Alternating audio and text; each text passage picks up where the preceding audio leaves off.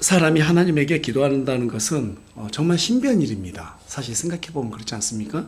믿지 않은 사람들 입장에서 볼 때 인간이 신에게 기도한다는 것은 마치 허공에다가 혼자 이렇게 말하는 것이기 때문에 사실은 비정상적인 그런 행위로 받아들여야 하거든요. 그럼에도 불구하고 믿지 않은 사람들 중에서 하나님께 기도한다는 그 자체가 정신 나가는 것으로 비난하는 사람들은 모르겠어요. 저는 보지 못했습니다. 혹시 여러분들 본 적 있나요? 저는 그렇게 보지 못해서 오히려 믿지 않은 친구들이 저한테 와가지고 야 오늘 이번에 무슨 일이 있으니까 기도해달라고 그렇게 부탁은 받은 적이 있지만 야 하나님께 너 기도해 그 미친 짓이야 이렇게 비난하는 것은 들어본 바가 없습니다. 여러분 사람들은 왜 하나님을 부정하면서도 기도하는 그 자체를 비난하지 않을까요?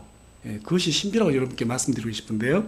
인간은 저마다 신을 숭배하고자 하는 그런 종교심이 있어요. 또 신을 숭배하고자 하는 그런 소망이 마음속에 모든 사람 마음속에 다 있습니다. 그래서 누군가가 하나님께 기도하는 것을 보면 그것을 악하다고 말하지 않습니다. 그 기도하는 그 자체를 오히려 선하게 생각하죠. 지난주에 저와 여러분이 예수님께서 제자들에게 가르쳐 주셨던 주기도문을 살펴봤었습니다. 예수님께서 제자들에게 주기도문을 가르치셨던 것은 당시에 많은 사람들이 기도에 관한 적잖은 오해를 하고 있었기 때문입니다. 그 극단에 서 있던 사람들 중에 어떤 사람은 사람들에게 보이기 위해서 길 모퉁이에 서서 그렇게 소리 높여서 기도하는 사람이 있었는가 하면 또 어떤 사람은 오랫동안 하나님 앞에 기도해야지만이 그것이 하나님께서 들으신 줄을 착각하고 사람들 앞에서 또 그렇게 보이기 위해서 기도하는 사람들이 있었습니다. 자신들을 사실 학대하는 거죠. 사실 그들은 모두 열심히 많은 유대인들이었습니다. 하지만 예수님께 그들은 위선자요 이교도일 뿐 그 이상도 이하도 아니라고 그렇게 말씀하셨던 것을 우리가 살펴볼 수 있었습니다. 예수님은 그런 자들의 태도를 경계하라고 하시면서 제자들에게 뭐라고 권면해 주시죠? 너희들의 골방에 들어가서 은밀한 중에 계신 하나님을 찾아라. 그럼 하나님께서 드러나게 너희의 기도를 응답해 주실 것이라고 그렇게 말씀해 주셨습니다. 우리 예수님께서 그렇게 말씀하시면서 성도가 찾는 하나님이 어떤 하나님인지를 알아야 했었어요. 그래서 예수님은 제자들에게 하늘에 계신 우리 아버지여 라는 말로 기도를 시작하라고 그렇게 가르치셨는데요. 이 짧은 문장에는 하나님이 어떤 분이시고 또 우리가 그분께 어떤 존재인가 하는 것이 선명하게 나타나 있습니다. 하늘에 계신 하나님을 찾으라고 하는 것은 하나님께서 이 땅의 모든 것을 통치하신 분이다. 여러분 하늘이 없는 곳은 없죠. 어느 나라 가든 다 하늘이 있다고 말씀드렸습니다.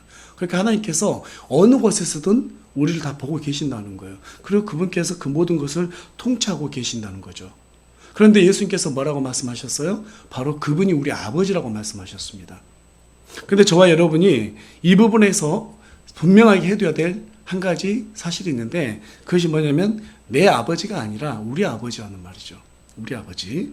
다시 말해서 우리가 기도할 때 당장 먹고 사는 것이 염려돼서 나의 필요만을 채우기 위한 하나님을 찾지 말고 성경에 기록된 하나님이 어떤 분이시고 또 그분이 무엇을 위해서 존재하시는지 분명하게 알고 기도하라는 거예요.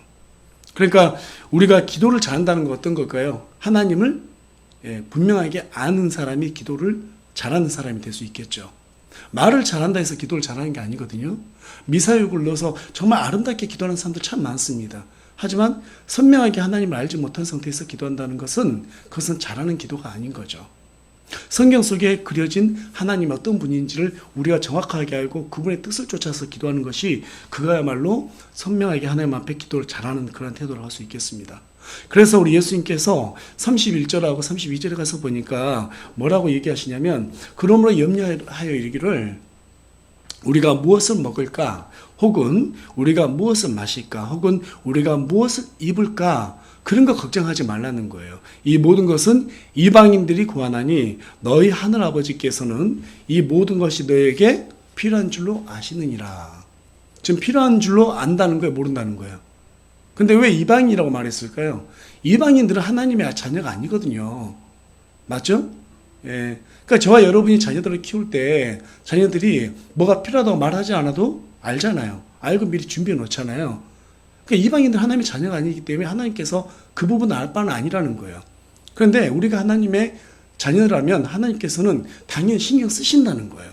그러니까 그것을 위해서 기도하지 말라는 말이 아니에요. 그것도 기도하지만 우리 하나님께서 어떤 분이신지를 알고 그 하나님의 뜻에 따라서 기도하는 것도 우리에게 필요하다라는 거죠. 그 방법이 뭐예요? 바로 성경 속에 있는 하나님을 바로 하는 데 있다고 여러분들께 말씀드리는 바입니다. 기도를 잘 한다는 것이 다른 게 아닙니다. 아브라함이나 모세나 다윗을 한번 봐보세요. 자신들의 어떤 필요만을 위해서 기도했나요? 그렇지 않았습니다. 물론 필요한 부분도 기도했어요. 하지만 하나님의 뜻이 무엇인지를 찾아서 기도한 사람들이었습니다. 이것이 바로 하늘에 계신 우리 아버지를 찾는 자들, 자녀된 사람들이 품어야 될 도리라는 거죠. 이것을 알고 저와 여러분이 기도할 때 우리 하나님의 이름이 세상 가운데 높여지고 또 거룩히 여김을 받게 된다는 것입니다. 또 우리가 그분의 뜻에 따라서 사는 것이 무엇인지를 묵상하고 그것에 근접하게 그렇게 살아갈 수 있게 되는 것이죠. 그런 맥락에서 10절에서 예수님은 제자들에게 오늘 본문 말씀인데요. 뭐라고 가르치셨습니까? 아버지의 왕국이 임하오시며 아버지의 뜻이 하늘에서 이루어진 것 같이 땅에서도 이루어지리다. 이렇게 기도하라고 가르치셨어요. 사실 여러분 이 10절은요. 주기도문에서 가장 중심이 되는 그런 말씀입니다. 왜 그럴까요? 아버지의 왕국이야말로 우리 예수님께서 선포하신 첫 메시지였고 또 중심이 되는 메시지였거든요. 그래서 오늘은 그리스도인의 기도 두 번째 시간으로 아버지의 왕국을 위하여라는 주제로 여러분과 함께 말씀을 나눌까 합니다. 이 말씀을 통해서 아버지의 왕국이 임한다는 것이 우리에게 어떤 의미가 있고 또 그것이 얼마나 우리의 신앙에 중요한지를 살펴보는 그러한 귀한 시간 되길 간절히 소망합니다.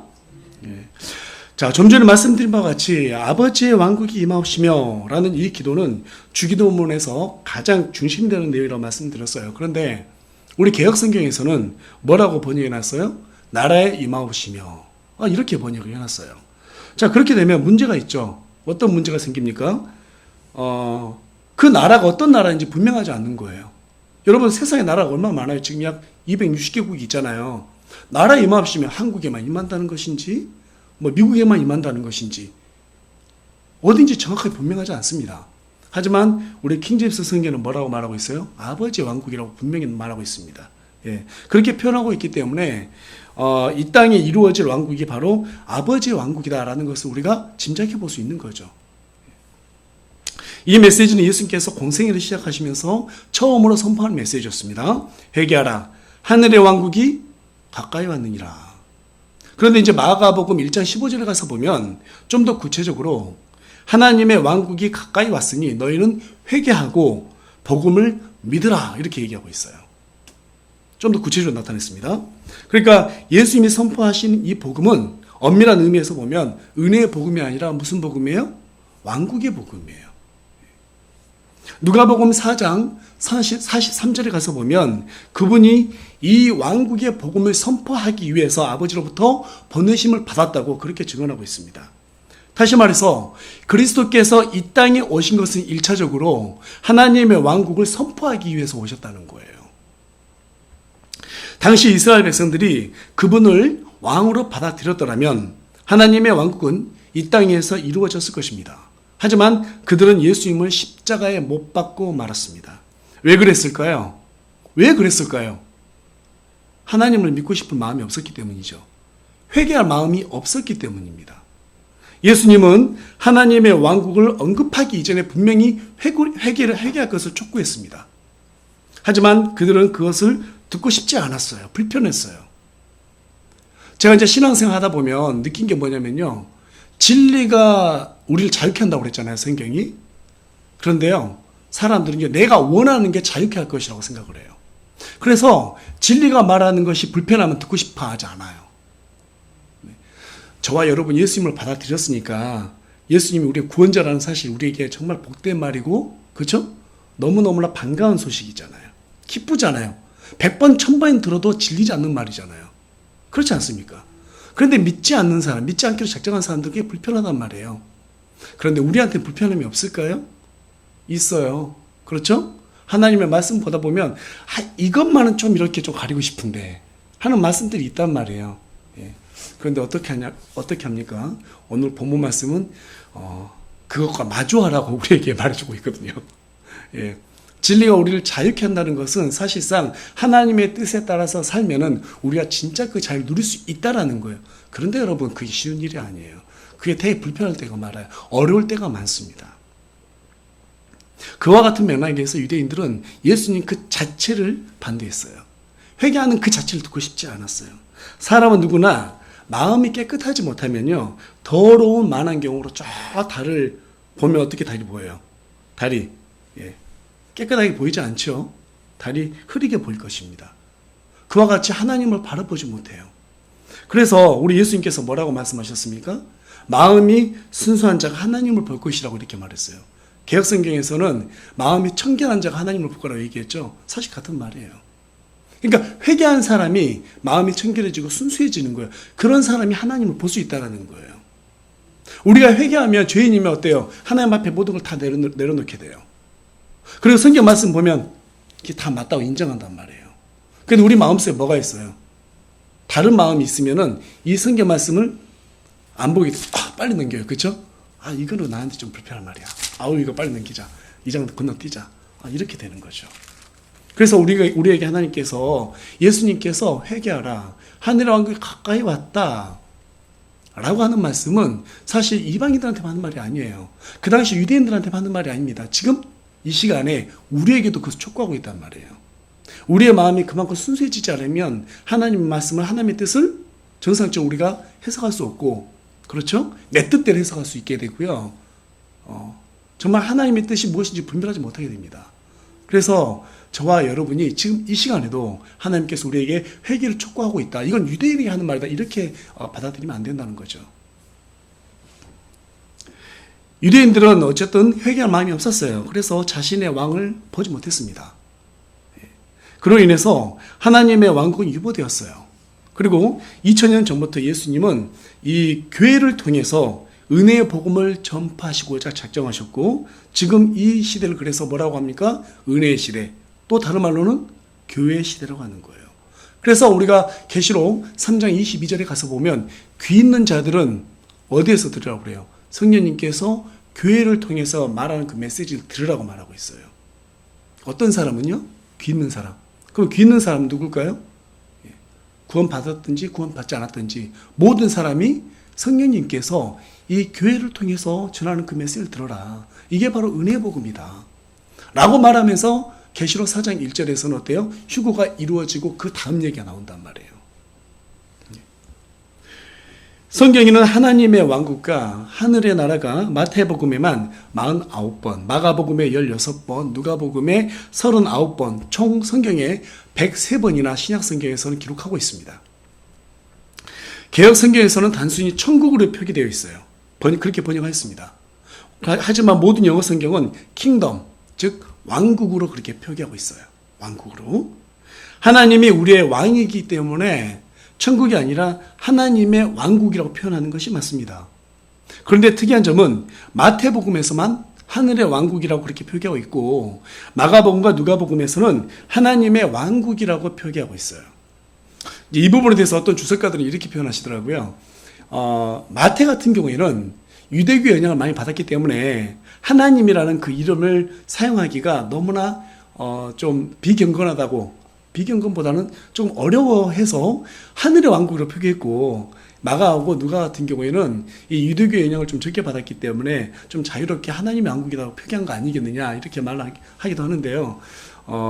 그게 맞는지 어쩐지는 잘 모르겠어요. 하지만 분명한 것은 2주 전에 그 오후 성경 공부 시간에 우리 최삼만 회장님께서 이 두 단어에 대한 차이를 잘 설명해 주셨듯이, 저는 이 두 단어를 다른 의미로 구별한다는 것은 헛된 일이라고 생각합니다. 굳이 구별한다 그러면 하늘의 왕국은 나중에 이 땅에 임할 이 하늘의 왕국, 장소적인 의미로 그렇게 표현할 수 있을 거고, 하나님의 왕국은 이 통치적 의미로 볼 수 있을 것이다. 하지만 하늘의 왕국에 통치하신 분이 누구예요? 하나님이시잖아요. 사실 같은 개념이에요. 굳이 그것을 막 신학적인 교리로 들이대면서 다르게 해석할 필요는 없습니다. 왜냐하면 첫째로 복음서에는요, 하나님의 왕국이나 하늘의 왕국을 단지 비유로만 묘사했을 뿐이지 어떤 정의도 내리고 있지 않기 때문입니다. 또 두 번째는 이 땅에서는 킹덤을 영토적인 의미로 보고 있지 않습니까?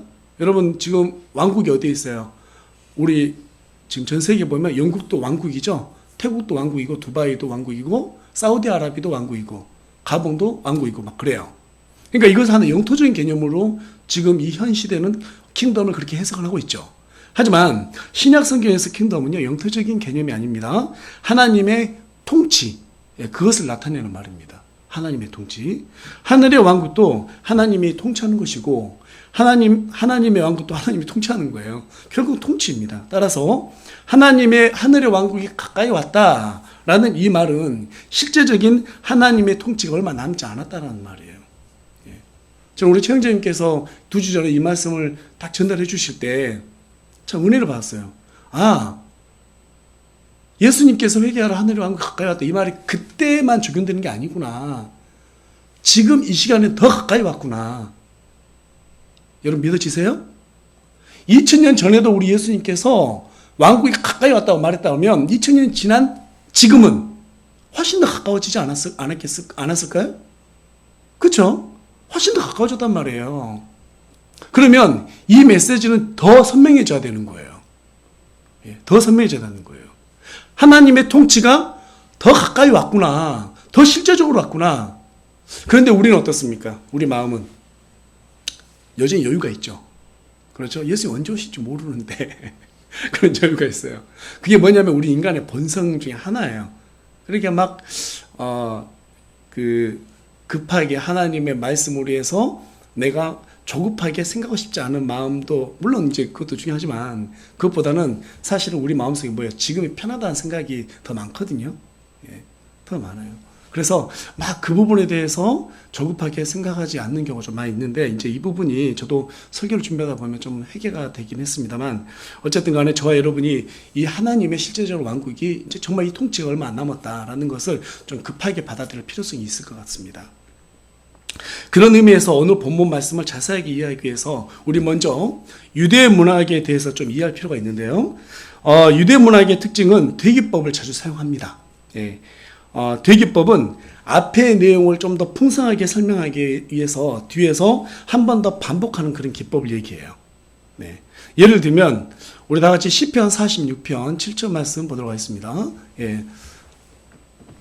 다 같이 한번 읽어볼까요? 시작. 만군의 주께서 우리와 함께 계시니 야곱의 하나님은 우리의 피난처시로다. 셀라. 자, 함께 계시는 분이 계세요. 우리 함께 계신데요. 그런데 그분이 어떤 분이다? 피난처가 되신다. 그렇죠? 뒤에서 한 번 더 설명해주고 있죠. 자, 이어서 시편 121편 5절 말씀도 한번 보도록 하겠습니다. 우리 다 같이 읽겠습니다. 시작.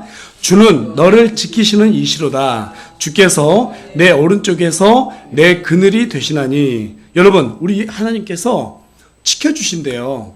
어떻게 지켜주신다고 그래요? 그늘 아래 쉴 수 있도록 그렇게 지켜주신다는 거예요. 그러니까 걱정하지 말라는 거예요. 그러니까 앞에서 우리 하나님께서 어떻게 해주신다 했으면 한 번 더 되기법으로 그것을 풍성하게 설명해 주는 거, 이게 바로 성경이 어때요? 유대 문학을 통해서 우리에게 조금 더 가깝게 잘 알 수 있도록 그렇게 설명해 주는 기법이라는 것이죠. 이와 같이 어느 본문에도 되기법이 적용됩니다. 우리 다 같이 마태복음 6장 10절 말씀 다시 한번 읽어보겠습니다. 시작. 아버지의 왕국이 임하오시며 아버지의 뜻이 하늘에서 이루어진 것 같이 땅에서도 이루어지리다. 자, 그러니까 아버지의 왕국이 어디에서 어디로 이루어진다는 거예요, 지금. 어디에서 어디로 이루어진다는 거예요? 하늘에서 어디로? 이 땅으로 이루어진다는 거예요. 이 땅이 임한다는 거예요. 또 어떻게 임한다는 거예요? 전적으로 하나님의 뜻이 이루어진다는 것은 하나님의 통치가 완전하게 이루어지는 것을 얘기하는 거죠. 그렇죠? 그러니까 하늘의 왕국이 그 모습으로 그대로 이 땅에 임한다는 말입니다. 다시 말해서 이 땅에 임할 하나님의 왕국은 완전한 순종 형태만 있다는 거예요. 완전한 순종 형태. 하늘에서 하나님의 통치가 완전한 순종으로 이루어지고 있듯이 이 땅에서도 그 완전한 순종으로 이루어진다 라는 것을 우리에게 말해주고 있는 것입니다. 마치 로마에 가면 로마법을 따르듯이 하나님의 왕국 백성은 하나님의 뜻에 따라서 완전히 순종해야 된다. 라는 의미가 사실 이 구절 안에 들어가 있는 거예요. 이것을 이해하면 우리가 성경을 보면서 조금 난해하게 생각했던 말씀도 쉽게 이해할 수 있습니다. 대표적으로 누가복음 7장 28절인데요. 우리 다 같이 한번 누가복음 7장 28절 말씀 읽어보도록 하겠습니다. 시작.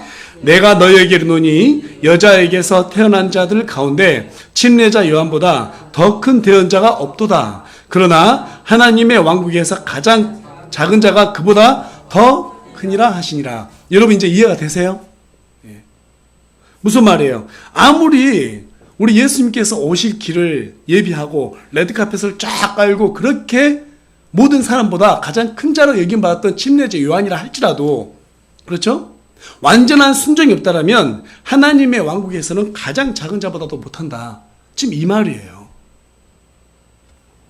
그런 의미에서 마태복음 5장 48절 가서 보면 예수님이 그러므로 하늘에 계신 너희 아버지께서 완전하신 것 같이 너희도 완전하라. 이렇게 말씀하셨는데 이 말씀도 우리에게 완벽한 존재가 되라는 말이 아니에요. 완전한 순종을 의미하는 것입니다. 완전한 순종. 따라서 우리가 하나님께 큰 자가 되려거든 우리에게 주신 그 십자가를 지고 순종하는 길 외에는 없다라는 말이죠.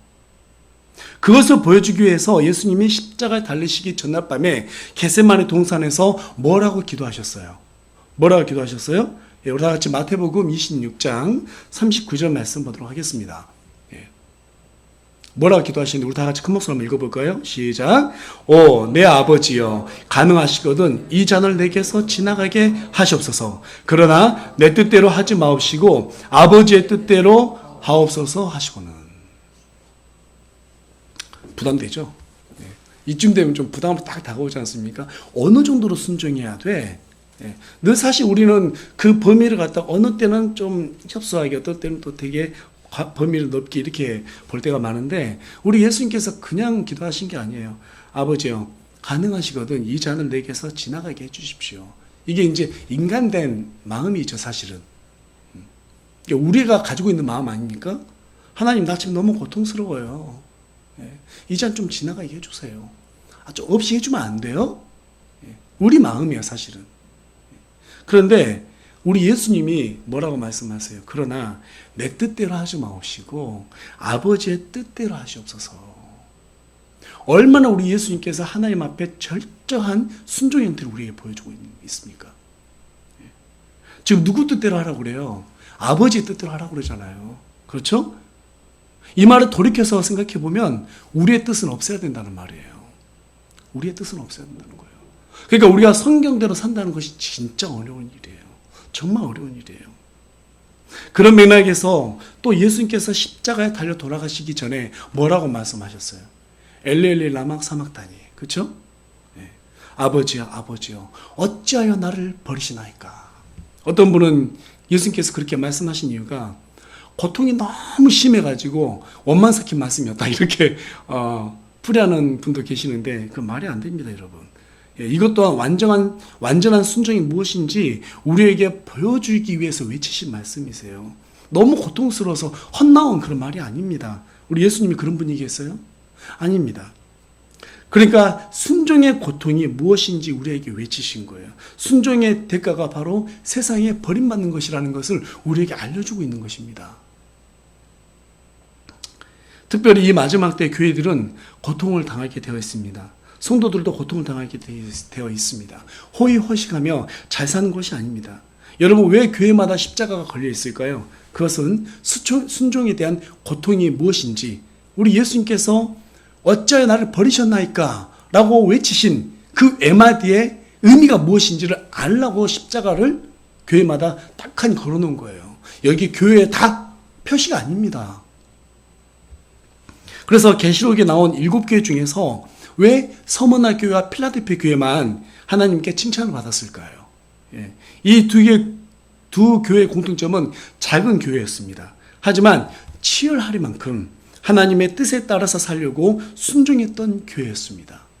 저는 우리 교회가 그런 교회가 되길 간절히 소망합니다. 아멘이 없습니다. 아멘. 예, 어렵죠. 감히 우리가 어떻게 그렇게 다 살아갈 수 있겠습니까? 하지만 하나님 앞에 의지하고 살려고 하는 날마다 회개하는 그러한 순수한 마음을 가진다면 저와 여러분이 비록 잘난 것도 없고 가진 것도 없고 그렇죠? 너무나 부족하지만 우리의 과거를 돌아봤을 때 너무나 참담하지만 성경이 그래도 우리에게 뭐라고 얘기하고 있어요? 마음이 순수한 자가 하나님을 볼 것이라 했기 때문에 그것을 믿고 날마다 회개하면서 또 죄를 지으면은 내 자신을 치고 하나님 내가 왜 이랬는지 모르겠어요. 똑같은 죄를 지어도 또 하나님 내가 또 이랬어요. 라고 그렇게 반복하면서 회개하면서 하나님 앞에 나아가면 하나님께서 우리를 들어서 사용해 주실 것을 저는 믿습니다. 믿으세요? 그래서 예수님은 그 전제 조건, 너희들이 어떻게 하나님의 왕국에서 그렇게 순종할 수 있겠는가 하는 그 전제 조건으로 누가복음 9장 62절 말씀을 주셨습니다. 그게 무슨 말씀이냐면 손에 쟁기를 잡고 뒤를 돌아보는 자는 하나님의 왕국에 합당치 않다고 그렇게 말씀하셨어요. 손에 쟁기를 잡았으면 뭐 땅이라도 파든지 뭘 해야 될 거 아니에요. 그런데 쟁기를 잡아놓고 뒤를 돌아보고 다시 세상을 바라보면 이것은 하나님의 왕국에 어울리는 그런 신분의 사람이 아니다. 하나님의 왕국, 하나님의 완전한 통치, 완전한 순종을 요구하기 때문에 하나님께서 그 쟁기를 갈라고 했으면 그 쟁기를 갈아야 되는 거예요. 저와 여러분에게 몇 개의 쟁기가 주어졌는지 모릅니다. 하지만 나에게 하나가 주어졌던 10개가 주어졌던 그것은 꿋꿋이 우리의 인생이 마감한 그날까지 쟁기를 갈고 가야 되는 거예요. 뒤를 돌아보지 말아야 합니다. 롯의 아내가 뒤를 돌아보다 어떻게 됐습니까? 소금 기둥이 되어버렸죠. 여러분, 하나님이 아니면 세상이에요. 우리 그리스도인들에게 사는 이 삶의 방식은 하나님 아니면 세상이에요. 그 둘 중에 하나를 택해야 돼요. 그 애매모호한 중간 지대는 하나님의 왕국에서는 있을 수가 없습니다. 있을 수가 없어요. 사울이 부활하신 예수님을 만났을 때 그가 뭐라고 첫 마디를 외쳤습니까? 첫 마디 말이 뭐였냐면 주여 내가 무엇을 하여 하리까? 바울이 사울이기 전에 부활하신 예수님을 만났을 때 주여 내가 무엇을 해야 합니까? 이게 회개한 자의 모습입니다. 하나님의 백성은 자기의 뜻을 이루는 존재가 아니에요. 하나님의 뜻을 쫓는 존재입니다. 저와 여러분의 나라는 하늘로부터 도래하는 하나님의 왕국이에요. 믿으십니까? 예. 그것은 민주주의도 아니고요, 공산주의도 아니고 사회주의도 아닙니다. 하나님의 뜻에 순종하는 것만이 우리의 이념입니다. 우리의 이념은 다른 게 아니에요. 하나님의 뜻에 따라 사는 거예요.